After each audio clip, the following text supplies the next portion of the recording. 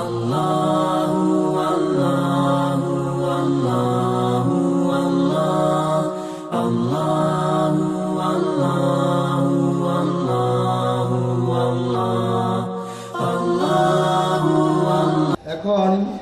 আরবিতে কথোপকথন, কিছু আরবি কথা আরবিতে প্রথমে কিছু কথোপকথন করবেন আমাদের সংসদের ছাত্র মোহাম্মদ আমির হোসেন। তাদেরকে আমি অনুরোধ করছি আরবি কথোপকথন পরিবেশন করার জন্য।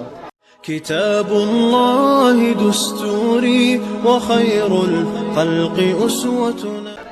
السلام عليكم ورحمة الله وبركاته. السلام عليكم ورحمة الله وبركاته. وعليكم السلام ورحمة الله وبركاته. السلام عليكم ورحمة الله وبركاته. وعليكم السلام ورحمة الله وبركاته. كيف حالك يا أخي؟ بخير الحمد لله. وكيف حالك يا أخي؟ بخير الحمد لله. كيف سعى؟ الحمد لله. وكيف سعى؟ الحمد لله. من فضل ما اسمك؟ اسمي جهاد. وما اسمك؟ اسمي محمد أمير حسين. أين تدرس؟ في المدرسة الأحمدية الحفيظية. وأين تدرس؟ في المدرسة الأحمدية الحفيظية. أي صف تدرس؟ أدرس في الصف السابع. وأي صف تدرس؟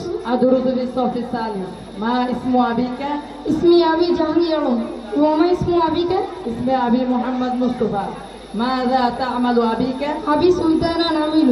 وماذا تعمل أبيك؟ أبي إمام المسجد. شكرا جزاك الله. مع السلامة. السلام عليكم ورحمة الله وبركاته.